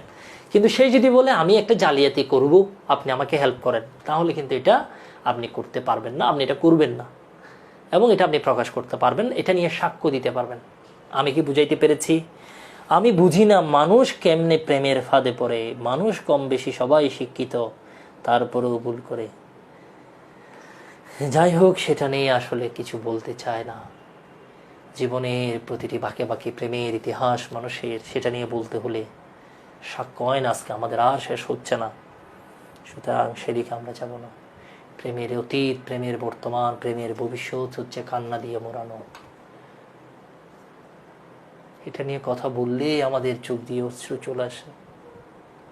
এখানে এমন অসংখ্য প্রেমিক আছে যাদের জীবনে প্রেম এসেছে হয়তো কোনো শীতকালে, কিন্তু কোনো একটা বর্ষায়, কোনো একটা গ্রীষ্মে সে প্রেম কিন্তু হারিয়ে গেছে। সুতরাং এটা নিয়ে আমরা কিছু বলতে চাই না। এবার আমরা আর একটু সামনে যাই। তো যাই হোক, ওটা নিয়ে বেশি বলা যাবে না, এখন ক্লাসে দেখবেন যে সবাই কান্নাকাটি করবে। তো আমরা 126 নিয়ে অনেক কথাবার্তা বলেছি, 121 নিয়ে বলেছি, 122 নিয়ে আমরা বলেছি, 123 নিয়ে বলেছি, 124, 125, 126 অনেকগুলো বিষয় আলোচনা করেছি। মোস্ট ইম্পর্টেন্ট আর একটা বিষয় নিয়ে, একজন অ্যাডভোকেটের প্রথম কাজ হলো ন্যায় বিচার প্রতিষ্ঠা করা। তাহলে কি মক্কেল আসলেই তার পক্ষে কথা হবে? বিএম সোহাগ আপনি যেটা বলেছেন সেটি হচ্ছে, আপনি কথা বললে কি কাজ হবে মনে হয় আপনার? কোর্ট কি? আচ্ছা, এটা নিয়ে একটা রিলিজিয়াস কথা বলি। যখন আমাদেরকে, আচ্ছা যাই হোক, এটা আসলে এখানে যদি কেউ হুজুর থাকেন সেটা এক্সপ্লেনেশন দিবেন, আমি জানি না। কিয়ামতের মাঠে কিন্তু আল্লাহ রসুল সাল্লাল্লাহু আলাইহি সাল্লাম কিন্তু বলবে আমার উম্মতকে আল্লাহ তুমি ক্ষমা করে দাও, তারা নির্দোষ। আমাদের সবার পক্ষে কিন্তু ওকালতি করবে সেদিন, কিন্তু বিচারক কিন্তু আল্লাহ সুবহানাহু ওয়া তাআলা নিজেই, এবং আল্লাহ রসুল আমাদের পক্ষে ওকালতি করবেন।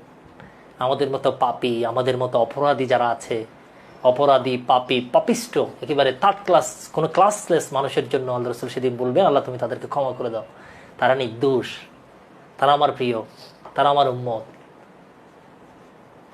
কিন্তু আল্লাহ তো ঠিকই কিন্তু এভিডেন্স দেখবেন, আপনার হচ্ছে কি কি সাক্ষ্য প্রমাণ আপনার এগেনস্টে জমা হয়েছে, বিষয়গুলো কিন্তু অবশ্যই সেদিন কি করা হবে, জাস্টিফাই করা হবে, এগুলো চেক করা হবে, এগুলো এক্সামাইন করা হবে। কোর্টের মধ্যে অ্যাজ এ লয়ার হিসেবে আপনি সারাদিন চিৎকার করলে কি হবে, যদি কোনো এভিডেন্স যদি না থাকে সেই পক্ষ থেকে, অ্যাজ এ লয়ার হিসেবে আপনি চিৎকার করতে পারবেন, কথা বলতে পারবেন এজ এ লয়ার। কিন্তু একজন বিচারক, পরীক্ষাটা হচ্ছে বিচারকের, লয়ারের না। লয়ার বেঁচে যাবে যে কোনোভাবে, কিন্তু বিচারকের কোনো মুক্তি নাই। একজন বিচারকের কোনো মুক্তি নেই। একজন লয়ার সে পার পেয়ে যাবে, কিন্তু বিচারকের কোনো মুক্তি নেই। যদি সে কোনো কারণে 1 ইঞ্চি পরিমাণ যদি সে যদি কি করে আপনার অবিচার করে, তার কোনো মুক্তি নেই, কারণ এটা স্বয়ং আল্লাহর একটা ক্ষমতা, আল্লাহর ক্ষমতার একটা মূলত বিচার করাটাই হচ্ছে আল্লাহর কাজ। তাহলে বান্দা এই কাজটা করছে, এখানে যদি সে যদি কোনো ধরনের এই সব কাজগুলো করে তার কোনো মুক্তি নেই। তবে লয়ারের একটা কি আছে, এক্সামশন আছে, কিন্তু লয়ার তো বিচার করে না। আচ্ছা যাই হোক আপনারা আসলে justified by law, Shiplu Deb বলেছেন justified by law. Okay, justified অবশ্যই এটা লয়ারের কাজ হচ্ছে, এটা নিয়ে আমরা রিলিজিয়াস অ্যাপ্রোচের দিকে যাচ্ছি না, যদিও বলে ফেলেছি বিচারকের বিচার আগে হবে। ইয়েস, বিচারকের বিচার সবার আগে হবে, এটা সত্য। তাহলে 127টা হচ্ছে দুবাসীর ক্ষেত্রে সেমভাবে প্রযোজ্য। দুবাসীতে বোঝেন ঠিক আছে, আমি আরবি পারি না, তাহলে একজন অ্যারাবিকের সাথে আমি কথা বলছি, একজন অ্যারাবিয়ানের সাথে, তাহলে আমার কথাটা ধরেন একজন ইন্টারপ্রেট করে দিল, উনিও কিন্তু বাইরে এই কথাগুলো প্রকাশ করতে পারবে না। এরপরে 128টা আমরা একটু দেখে ফেলি। এটা একটা সিম্পল বিষয়। স্বপ্রণোদিত হয়ে সাক্ষ্য দেওয়ার ফলে সুবিধা পরিত্যক্ত হয় না। এখন আপনি লয়ার, আপনাকে আপনার ক্লায়েন্টের সাক্ষী হিসেবে নিয়ে আসছে। এখন আপনাকে প্রশ্ন করছে আপনার ক্লায়েন্ট যে এই বিষয়টা কীরকম, যেহেতু সে জিজ্ঞেস করছে আপনি তখন সেটা প্রকাশ করতে পারবেন। ঠিক আছে, তখন প্রকাশ করার সুযোগ আছে। এটা একটা এক্সেপশন আর কি, এগুলো পরীক্ষার জন্য less important. Indeed as for any who defend themselves after having been wrong, no blame whatever attached to them. Surah Al-Shura 42-41। লয়ারের কাজ সম্পর্কে এটা বর্ণনা করা যায়। who defend themselves after having been wrong, no blame whatever attached to them. Oh, মাশাআল্লাহ, এটা একটা good reference. এটা নিয়ে ফার্দার স্টাডির একটা সুযোগ আছে আমাদের। Thank you. এবার আমরা আরেকটা বিষয় নিয়ে আলোচনা করব, সেটা হচ্ছে 129। এটাও পরীক্ষার জন্য লেস ইম্পর্টেন্ট। এটা হচ্ছে আইন উপদেষ্টা। আইন উপদেষ্টা আপনারা জানেন, আইন উপদেষ্টার সাথে যে কথাগুলো হবে এগুলো কিন্তু আপনার হচ্ছে কনফিডেন্সিয়াল। এবার আমরা 130 যাই। এগুলো হচ্ছে পরীক্ষার জন্য লেস ইম্পর্টেন্ট টাইপের সেকশন, এগুলো থেকে এই যাবৎ কোনো প্রশ্ন হয় নাই। 130টা একটু বলে ফেলি। মোকদ্দমার পক্ষ নয় এরূপ সাক্ষীর সত্যের দলিল দাখিল। এখন একজন সাক্ষী হচ্ছে সে কোনো মোকদ্দমার পার্টি না, জাস্ট হচ্ছে থার্ড পার্টি উইটনেস হিসেবে তাকে ডেকে নিয়ে আসছেন। এখন তাকে ডেকে নিয়ে আসার পরে তার নিজের দলিল, সেখানে তার জায়গার দলিল, হেবার জায়গার দলিল, বন্ধকের দলিল, লিজের দলিল, এগুলো সাবমিট করার জন্য তাকে বলা যাবে না। সে সাক্ষী হিসেবে আসে, সাক্ষ্য দিবে, দ্যাটস ইট। 130। আমরা 132-এ চলে যাচ্ছি। এটা মোস্ট ইম্পর্টেন্ট। 132। ঠিক আছে, কোনো প্রশ্নের উত্তর সাক্ষীকে অপরাধে জড়িত করবে এই অজুহাতে উত্তর দান হতে সাক্ষীকে অব্যাহতি দেওয়া যাবে না। এখন সাক্ষীকে একটা প্রশ্ন করা হলো, সেটার উত্তর দিলেই সে নিজেও অপরাধে জড়িত আছে, এটা প্রমাণিত হয়ে যাবে। এটার জন্য তাকে অব্যাহতি দেওয়ার সুযোগ নেই, তাকে প্রশ্নটার উত্তর দিতেই হবে। ঠিক আছে, আমরা এটা একটু দেখে নিব। তাহলে বিচার্য বিষয়ের সাথে যদি কোনো বিষয় যদি প্রাসঙ্গিক হয়, সেটার উত্তর দিলে সাক্ষী নিজেই ঘটনার সাথে প্রত্যক্ষ বা পরোক্ষভাবে জড়িয়ে যাবে। এই অজুহাতে তাকে উত্তর দান থেকে কি দেওয়া যাবে না, কোনো ধরনের ডিসচার্জ দেওয়া যাবে না, অব্যাহতি দেওয়া যাবে না। তবে সে যদি উত্তর দিয়ে ফেলে, সেক্ষেত্রে তাকে কোনো গ্রেফতার করা যাবে না, তার বিচার করা যাবে না, এবং তার বিরুদ্ধে কিন্তু কি করা যাবে না, ফৌজদারি মামলা করা যাবে না। তবে সে যদি মিথ্যা সাক্ষ্য দেয়, অবশ্যই তার বিরুদ্ধে আপনার কি নেওয়া যাবে, অ্যাকশন নেওয়া যাবে, যেটি মিথ্যা সাক্ষ্য দেওয়া কোর্টে, before the court, giving false evidence before the court is an criminal offense under section 192, 193, 194, 195 of the penal code 1860। তাহলে 132 পরীক্ষার জন্য গুরুত্বপূর্ণ, যদিও প্রশ্ন করা হয় নাই। ঠিক আছে, 132 কি রাজসাক্ষী হবে? 132 রাজসাক্ষী না, রাজসাক্ষীর বিষয়টা হচ্ছে অন্য বিষয়। এটা আছে সিআরপিসির 337, 337, 338, 339, 337, 338। আমি সেটি আপনাদেরকে পড়াবো ইনশাল্লাহ। ঠিক আছে, এবার আমরা দেখবো হচ্ছে 133 পরীক্ষার জন্য খুবই গুরুত্বপূর্ণ, মোস্ট ইম্পর্টেন্ট। ইংলিশটা সবাই মুখস্থ রাখবেন, এই ধারার ইংরেজিটা পড়া সবাই মুখস্থ রাখবেন। An accomplice shall be a competent witness, একজন দুষ্কর্মের সহযোগী, co-accused person, আপনার crime partner. An accomplice shall be a competent witness against an accused person। তাহলে তার সাথে যে অপরাধ করেছে তার বিরুদ্ধে আপনি কে? Who are you are a co-accused person, you are an accomplice। আপনি হচ্ছেন একজন competent witness. Shall be competent witness বলা হচ্ছে, shall be. And a conviction is not illegal merely because it proceeds upon the uncorroborated testimony of an accomplice। শুধুমাত্র accomplice বা দুষ্কর্মের সহযোগী যেটা বলেছে সেটার উপর ভিত্তি করে রায় দেওয়া হয়েছে। ক্রাইম পার্টনার বলেছে, স্যার আমার সাথে উনি ছিল, আমি গলা টিপে ধরেছি, উনি ছুরি মেরেছে, আমি গলা টিপে ধরেছি, উনি ছুরি মেরেছে, ছুরিটা উনিই মেরেছে। এই কোঅ্যাকিউজডের কথার উপর ভিত্তি করে যদি কোনো দণ্ড দেয়া হয় সেটা অবৈধ হবে না, এই বিষয়টা বলা আছে 133। This is the law of evidence, this is the rule of evidence. শুধু রুল অফ এভিডেন্স দিয়ে কি চলবে না, কোর্ট চলবে না। This is the rule of evidence, কিন্তু আমাদেরকে দেখতে হবে রুল অফ গাইডেন্স। একটা গাইডলাইন আছে। শুধুমাত্র সেকশন হচ্ছে rule of evidence, it's okay, but আমাদের কিন্তু একটা গাইডলাইন আছে। এটা কিভাবে সামনে প্রসিড করবে, একটা গাইডলাইন দেওয়া আছে, একটা গাইডেন্স দেওয়া আছে, রুল অফ গাইডেন্স দেওয়া আছে। রুল অফ গাইডেন্সটা দেওয়া আছে 114 বিতে। 114 বিতে যে কথাটা বলা আছে আমরা যদি একটু দেখি, সেখানে কি বলা হচ্ছে?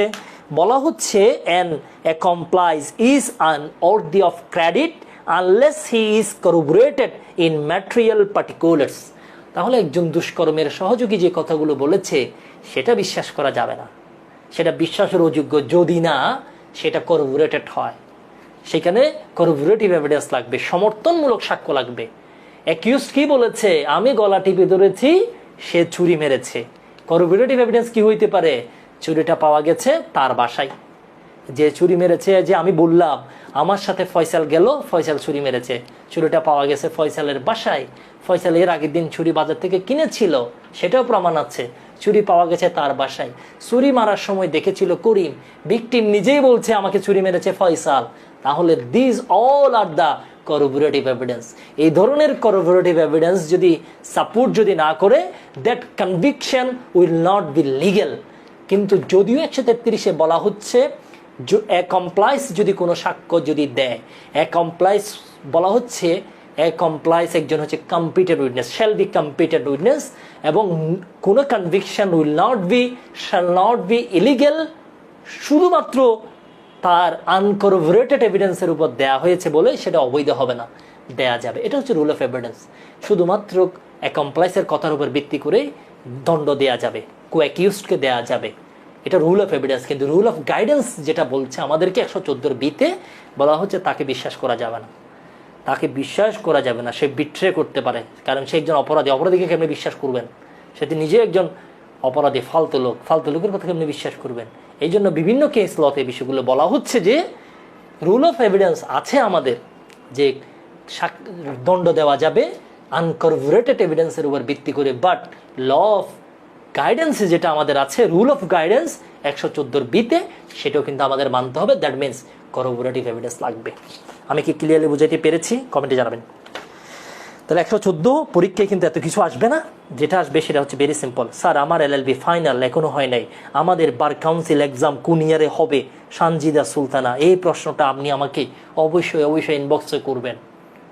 ইট ইস নট রিলিভেন্ট হিয়ার।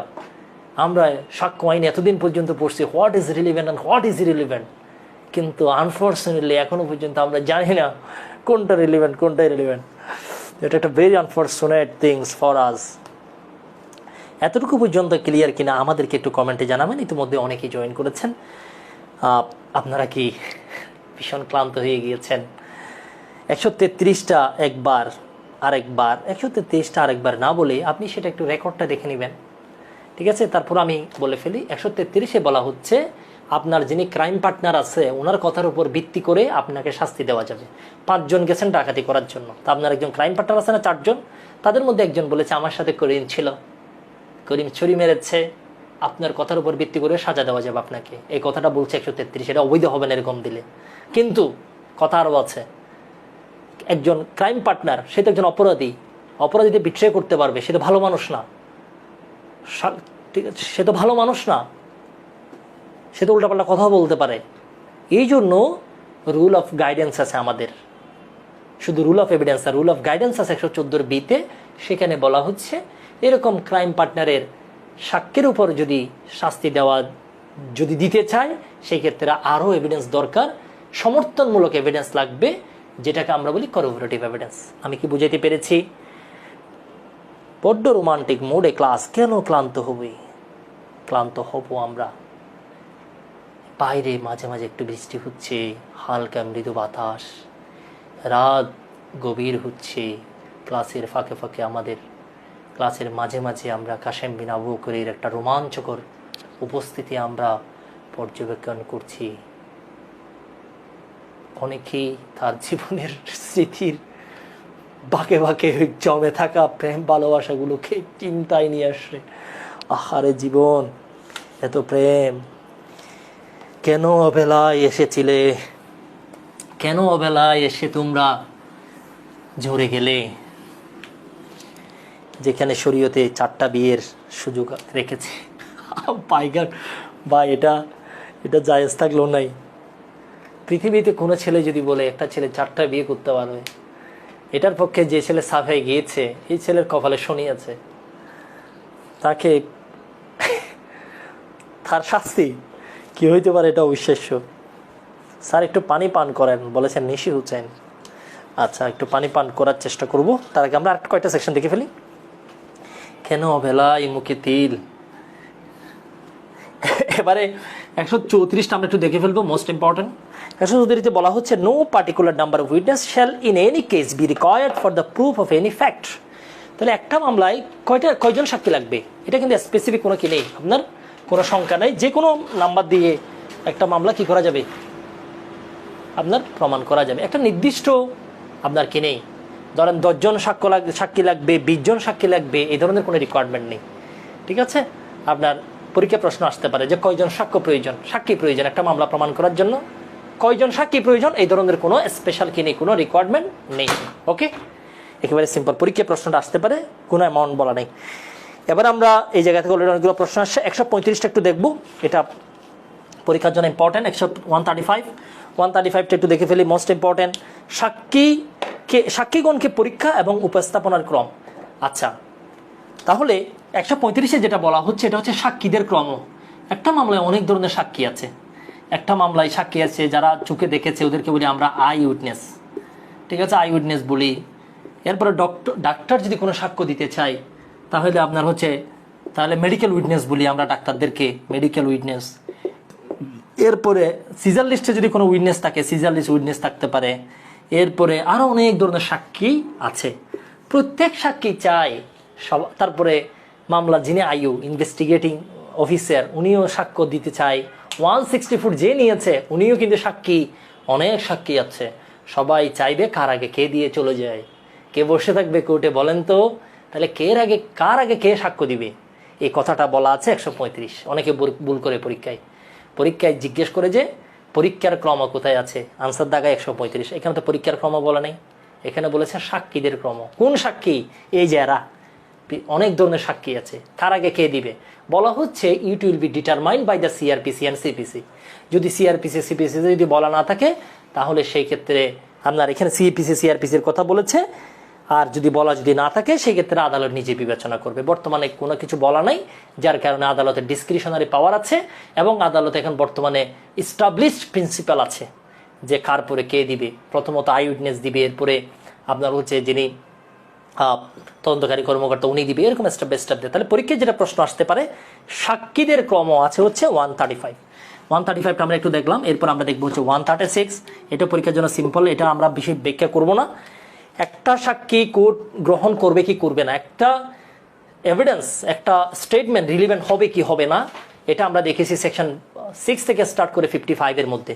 সেখানে বলা আছে একটা সাক্ষ্য রিলিভেন্ট হবে কিনা। যদি রিলিভেন্ট হয় as per rule contained in section 6 to 55, in that case আমরা কোর্টে সেটা বলতে পারবো, কারণ সেকশন 5-এ বলা হচ্ছে আমরা দুইটা বিষয় নিয়ে কোর্টে সাক্ষ্য দিতে পারি, ফ্যাক্ট ইন ইস্যু এবং হচ্ছে রিলিভেন্ট ফ্যাক্ট। এই দুইটা বিষয় নিয়ে আমরা কোর্টে সাক্ষ্য দিতে পারি।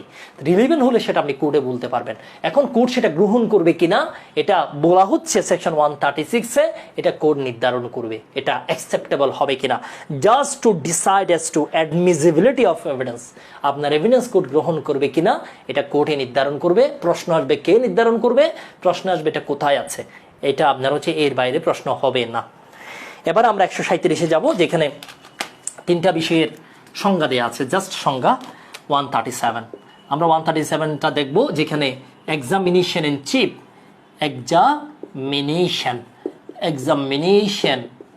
চিফ এটা সংজ্ঞা দিয়ে আছে। তারপরে দিয়ে আছে ক্রস এক্সামিনেশনের সংজ্ঞা দিয়ে আছে। এরপরে দেওয়া আছে রি এক্সামিনেশনের সংজ্ঞা দিয়ে আছে। এই 3টা সংজ্ঞা এখানে দেওয়া। পরীক্ষায় প্রশ্ন আসবে এক্সামিনেশন চিফের সংজ্ঞা কোথায়, ক্রসের সংজ্ঞা কোথায়, রি এক্সামিনেশনের সংজ্ঞা কোথায়। What is examination in chief? যেই পক্ষ আপনাকে ডেকেছে কোর্টে,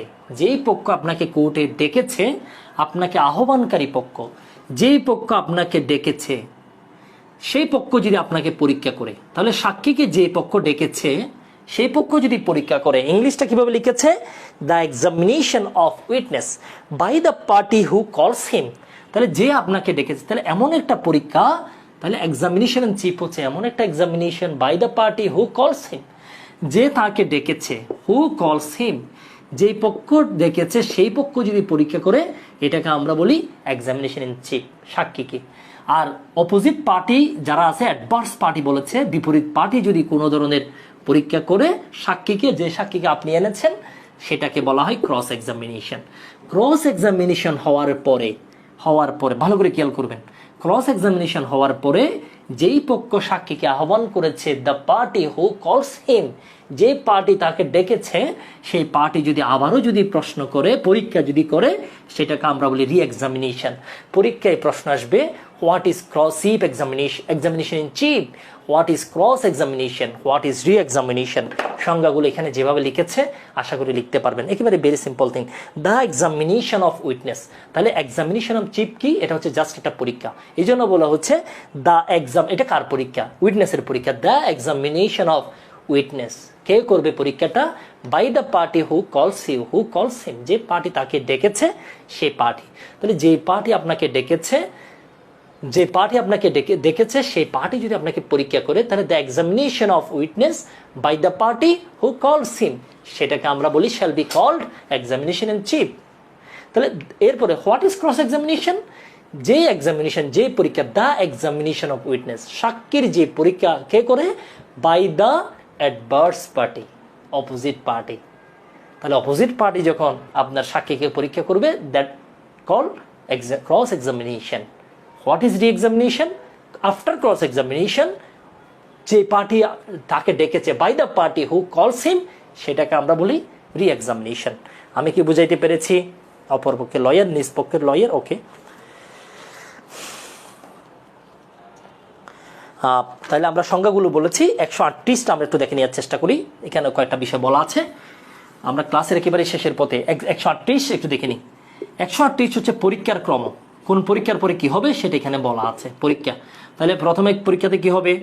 এক্সামিনেশন ইন চিফ, জবানবন্দি নেওয়া হবে। প্রথমে জবানবন্দি, তারপরে হচ্ছে জেরা, তারপরে হচ্ছে পুনঃ জবানবন্দি। ঠিক আছে, পুনঃ জবানবন্দি। এখন পুনঃ জবানবন্দি নেওয়ার পরে যদি আরও যদি প্রশ্ন যদি করতে চাই, সেই ক্ষেত্রে আপনার কি আছে? ফার্দার ক্রস এক্সামিনেশন করতে পারবে, পরীক্ষায় প্রশ্ন আসবে ফার্দার ক্রস এক্সামিনেশন কোথায় আছে, এটা আপনারা পারবেন। মোস্ট ইম্পর্টেন্ট একটা প্রশ্ন। 138। এবার আমরা 139টা দেখে নিব। দলিল দাখিলের জন্য তলবকৃত ব্যক্তিকে যারা, একজন ব্যক্তিকে বলেছে আপনি দলিল দাখিল করেন, তাহলে ওনাকে এনেই কিন্তু জেরা করা যাবে না সাক্ষী হিসেবে ডাকলেই জেরা করা যাবে, আদারওয়াইজ জেরা করার সুযোগ নেই। ঠিক আছে, এরপর আমরা আরেকটা বিষয় আমরা দেখে নিব, সেটি হচ্ছে 140। এটাও পরীক্ষার জন্য গুরুত্বপূর্ণ, এটাও আমরা একটু দেখে নিতে পারি। উইটনেস টু ক্যারেক্টার, তাহলে আপনার সাক্ষীকে উইটনেস, চরিত্র সম্পর্কে সাক্ষীকে আপনার হচ্ছে ক্রস এক্সামিনেশন করা যাবে, রি এক্সামিনেশনও করা যাবে। ওকে, এতটুকু পর্যন্ত আমরা দেখলাম। আগামীকাল আমরা 140 লিডিং কোয়েশ্চেন থেকে আমরা স্টার্ট করব। ঠিক আছে, আগামীকাল আমরা লিডিং কোয়েশ্চেন থেকে স্টার্ট করব। আমরা আজকে শেষ করলাম হচ্ছে 140 পর্যন্ত। আগামী ক্লাসে হচ্ছে আমাদের লাস্ট ক্লাস, যেখানে আমরা বাকিটা শেষ করব। এরপর আমরা আরেকটা সাবজেক্টে যাবো, ইনশাল্লাহ আমরা সবগুলো সাবজেক্ট ভালো করে পড়ার চেষ্টা করব। অনেকে আমাকে বলে যে লগুলো বুঝতে প্রবলেম হচ্ছে, অনেক ধরনের কথা বলে, সেক্ষেত্রে আমি বলবো ভালো করে পড়াশোনা করার কোনো বিকল্প নেই। ফুল স্পিডে পড়াশোনা করেন, ইনশাল্লাহ সব কিছু আপনার জন্য সহজ। আর আমরা অলওয়েজ আমাদের অফিসাররা আছে, আমাদের টিচাররা আছে, আমি নিজেও আছি, ইনশাল্লাহ ভালো একটা প্রস্তুতির যে কমিটমেন্ট আমরা করেছি আমরা সেটা রক্ষা করব। এটা রক্ষা করতে আমরা মোরালি বাধ্য, আইনত বাধ্য। ইনশাল্লাহ দেখা হবে বিজয়ী, সে প্রত্যাশা রেখেই আজকে শেষ করছি। শীঘ্রই আমাদের সাথে আবারও দেখা হবে। সেই পর্যন্ত ভালো থাকবেন, সুস্থ থাকবেন, সবার জন্য শুভকামনা, শুভরাত্রি, আসসালামু আলাইকুম। একজন বলেছেন আগামীকাল এক্সাম হবে কিনা, আগামীকাল এক্সাম হবে না কেন, একটু কাইন্ডলি কমেন্টে জানাবেন কেন হবে না।